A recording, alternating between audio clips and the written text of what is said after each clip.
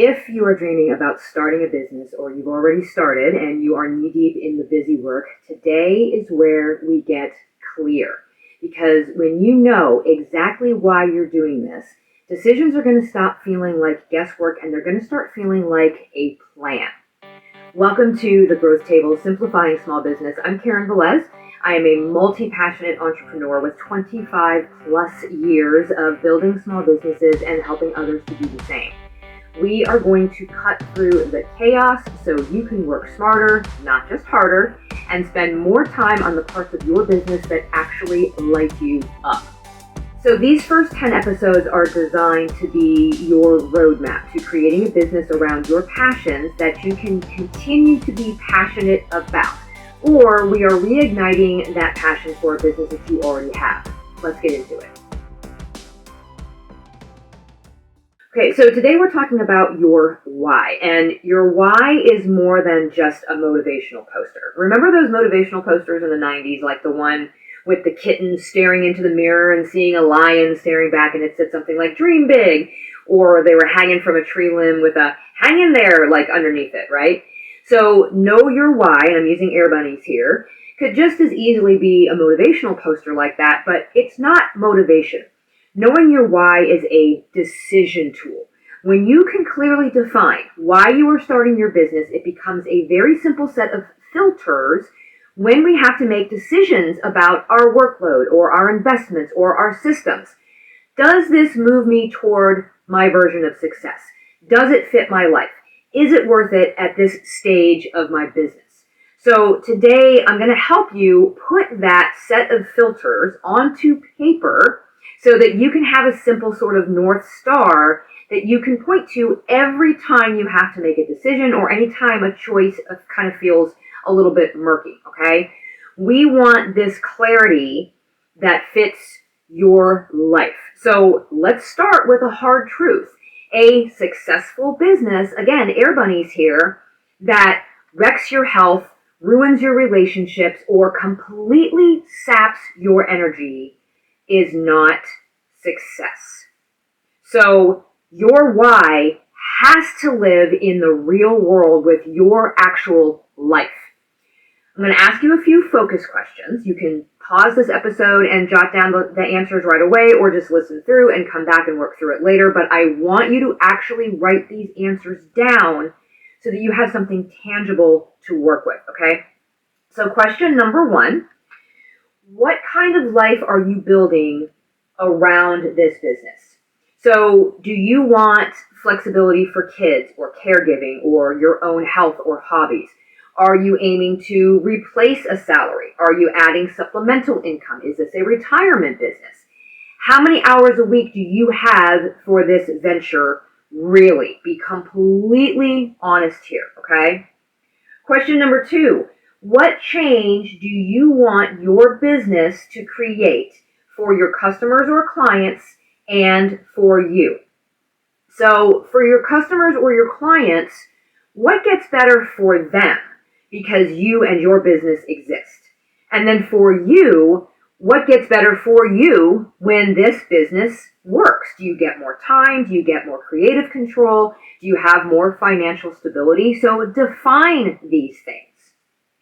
Question number 3, how do you want it to feel to run this business day to day? So do you prefer a calm and steady vibe? Do you like a more fast-paced and exciting environment? Do you like working mostly solo? Do you prefer to collaborate with a small team? This vibe, this feeling matters. It drives your offers and your work pace and your systems. So don't ignore this. Question number 4. What is your 12-month picture of success? Now, we want to keep this simple but measurable. So find a revenue number that matches your capacity and your pricing. Find a time budget, so the hours per week. A short list of outcomes. So if I had 50 recurring clients by the end of a year, I would feel like this is successful. If I had 2 wholesale accounts, if I had 1 social channel that was bringing in steady leads, whatever that means for you, define what success would look like after 12 months. Now, 2 very gentle warnings here. Number one, beware of borrowed goals, okay? If your why sounds like someone else's Instagram bio, then toss it and start over. Your business should serve your values, not what you think other people might perceive your business to be as a success, okay? There might be a very stark contrast there.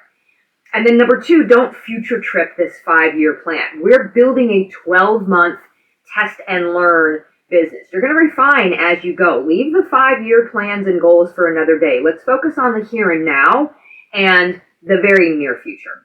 So the second part to this is to turn your why into those decision filters.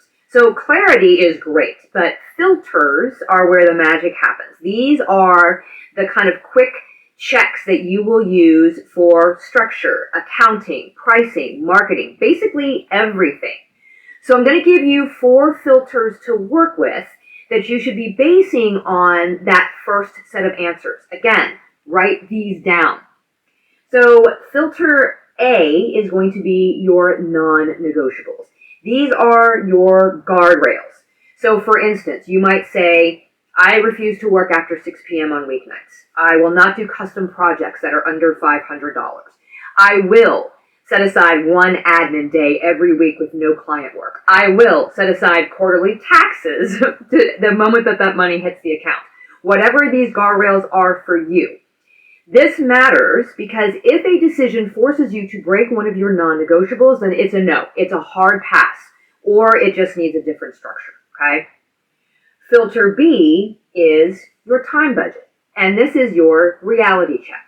If you have 10 hours a week to build this business, you cannot promise a 24-hour turnaround for a client, okay? If you have 25 hours a week to work in your business, maybe you divide 15 of that to client work and 5 to go to marketing and 5 to go to admin. Write the budget down and protect it. It doesn't mean this can't be changed as you reevaluate your business, but it does mean that you have something to guide you in your current workload and the progression of this business. Filter C is your money targets. These are your minimums and your milestones. So you should have 3 numbers here. The first is your keep the lights on number. This is what you must make every month to justify this business. And remember, if it's not making money, it's not a business, it's a hobby. So this is something to work towards. The second number is the I'm solid number. This is the number where your business feels sustainable. So the bills are paid and the client load or the product load is manageable and everything is just kind of cool. But then there is your stretch goal. Now this can be an exciting goal. It could be something that you really would want to reach for, but it's not so pie in the sky that it's not reachable, okay? So write those 3 numbers down. And then filter D is role clarity. This is your job description. Yes, even if it is just you running this business by yourself. So name the 3 or 5 core tasks that create value and must happen every week in your business. So if you're a service-based business, this might be deliver client work, do your sales follow-ups, create content that actually drives leads, and do a financial review. Those might be your 4 tasks that you, as the business owner, have to do every week. If you're a product-based business, this might be production, fulfillment, sales outreach, and your inventory and cost review. Whatever this looks like for you in your role in the business. These filters, all of these together, are going to keep us honest when we talk about choosing a business structure and picking an accounting method and deciding what we can outsource in our business as it grows. Now, the third piece to this is your anti-goals and your minimum viable win. So I like this little trick. This is your anti-goals. Writing down the outcomes that you refuse to build as you grow this business. So what do I mean by this? You might say, I will not start a marketing channel that I can't keep up with. Like you might like to watch TikToks, but you know that you're not going to be a TikTok creator because you can't keep up that pace. I will not price my stuff so low that I begin to resent my customers or my clients. I will not accept rush work that breaks my time budget. Whatever these things are for you, anti-goals are meant to protect your energy and keep your business doing something that you love, right? Something that you continue to have a passion for rather than begin to sort of resent or regret.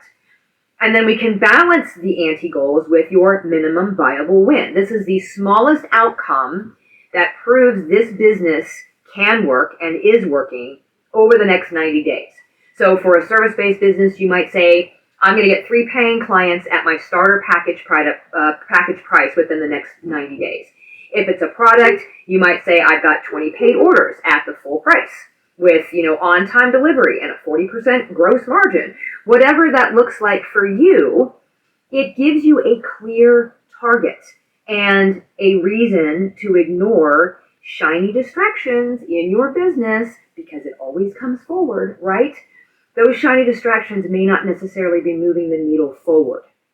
So to recap all of this, you're turning your why, your answers to those first 4 questions, into a practical set of filters for your business. Non-negotiables for guardrails, a time budget that you will actually protect, money targets that you will measure, role clarity so that you know what to do every single week, anti-goals that are going to keep us sane in this business, and then your minimum viable win that's going to keep you moving forward. So this is what I want you to take action on this week. I'm going to give you a 10-minute starter map, right? Grab a sheet of paper and make 6 boxes.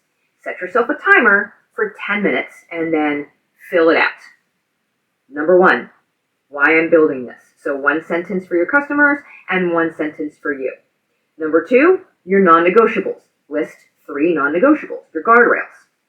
Number 3 is your time budget. Total weekly hours plus a simple split. This is for delivery, marketing, admin. Number 4 is your money goals, your money targets, the keep the lights on, the sustainable and the stretch goal. Number 5 is your role in the business right now. This can change. And then number 6 is your minimum viable win over the next 90 days. Take this and put it where you will see it.